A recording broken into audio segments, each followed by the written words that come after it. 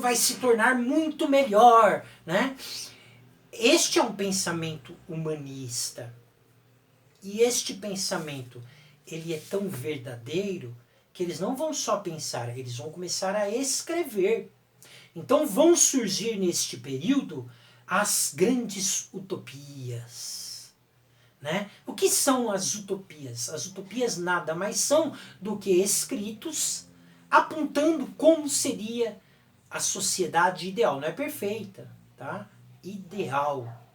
Como deveria ser a sociedade. Né? Então, a sociedade ideal, ela deveria ser uma sociedade onde não houvesse tanta injustiça social, a questão dessa desigualdade, riquezas, muitos ricos com muitos pobres, não deveria ser uma coisa igualitária, todos deveriam ter acesso à saúde. Então começam a surgir as grandes utopias, que são escritos das sociedades ideais. Né? Então vão surgir várias nesta época. O nome Utopia vem de um livro chamado A Utopia, de Thomas More, em que ele escreve a sua ideia de uma sociedade ideal. Né? Mas existem vários outros livros, A Cidade do Sol, de Tommaso Campanella. Existem vários outros livros indicando sociedades, como deveriam ser as sociedades. Faz parte do contexto do Renascimento acreditar na possibilidade da criação de uma sociedade melhor. Mas o Renascimento também ele tem algumas características.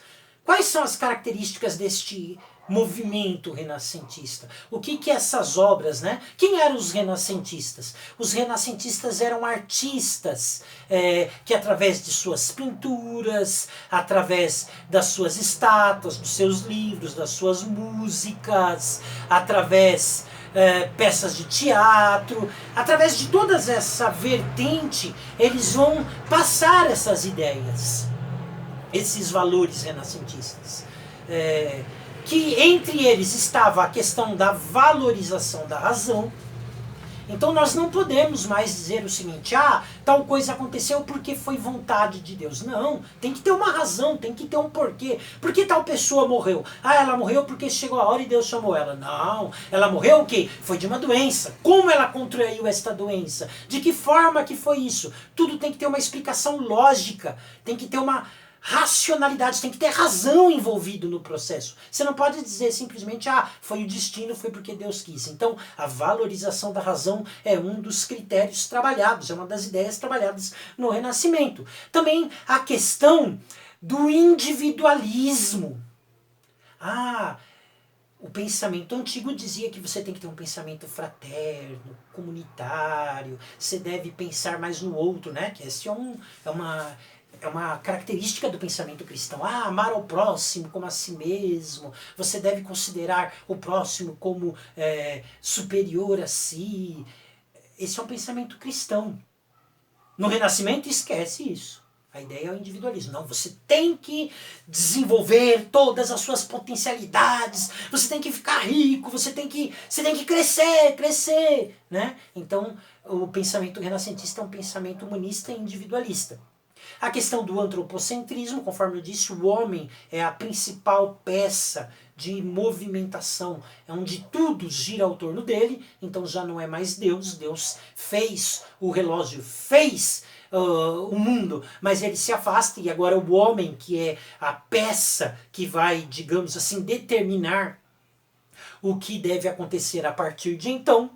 Ele também é um movimento com perspectiva naturalista, de valorização da terra, da natureza. Né? Então o movimento ecológico surge ali no Renascimento. Você vai encontrar nas obras renascentistas muitas paisagens. Né? Eles valorizam muito a natureza. Também a questão do universalismo. O que é o universalismo? Não basta você ser apenas pintor. Você tem que também ser escultor. Mas não basta você ser apenas pintor e escultor. Você tem que fazer também, você tem que descobrir coisas, você tem que ser um inventor. Mas não basta, você tem que escrever, né? Então, por exemplo, Leonardo da Vinci, ele é um grande exemplo do homem renascentista. Porque ele pinta, ele também ele é um escultor, ele também é arquiteto, mas ele também é um inventor de grandes coisas, ele também vai ter, ele também trabalhava com a questão da medicina, ele fazia tudo. Esse tudo é universalismo. Você deve fazer tudo, não apenas isto ou aquilo. A questão do hedonismo. O que é o hedonismo? A busca pelo prazer. Não é pecado ter prazer. Este é um pensamento renascentista. O pensamento medieval dizia que era pecado. Olha, cuidado com o prazer.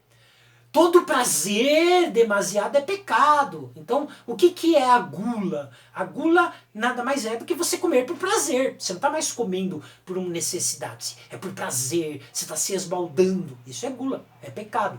Então, no pensamento cristão, tudo aquilo que é tido como prazer é pecaminoso. Você deve ter uma vida regrada, uma vida que você deve se abster dos prazeres da carne.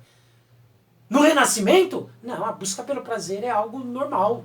Né? Você deve buscar o prazer, então você deve gostar de música, você deve gostar das coisas, você deve ter prazer nas coisas. Ah, você tem prazer em se enfeitar, em se pintar? Não, faça isso, tenha prazer. Então o Renascimento, ele tem uma perspectiva hedonista, onde o prazer é visto como algo positivo, não como algo pecaminoso, como era no pensamento medieval cristão. É um período de inovações técnicas, então muitos descobrimentos, né?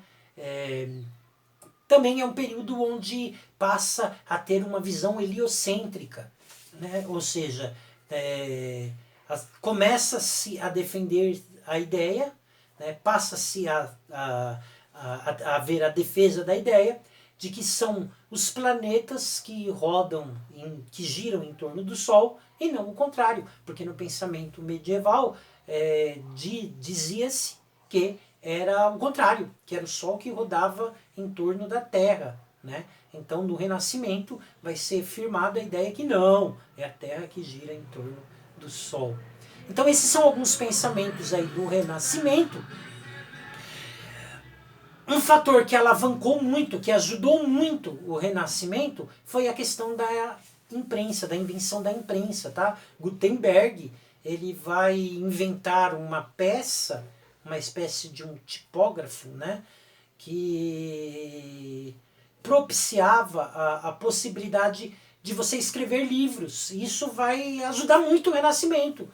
Por quê? Porque os livros ficaram mais baratos, passaram a ter mais livros e mais escritores. Então, a invenção da imprensa, a possibilidade de você escrever livros antes era muito mais complicado. Então, essa possibilidade de ampliação do número de livros escritos, isso para o Renascimento foi assim, uma mão na roda. Foi algo que ajudou muito a propagação dos pensamentos renascentistas, ok? Então, pessoal, esta foi uma aula sobre o Renascimento. Eu espero que tenha ajudado vocês a entenderem melhor este período. Cuide-se, cuidem-se com o coronavírus. O coronavírus é algo sério. Não seja portador de doença. Não seja responsável pela contaminação de ninguém. Cuidem-se, ok? Até a próxima aula semana que vem. Até mais. Não apresentei, esta aqui é a Mimi, tá bom? Minha gata, a Mimi, aqui, participação especial dela. Até mais, muito obrigado. Fui!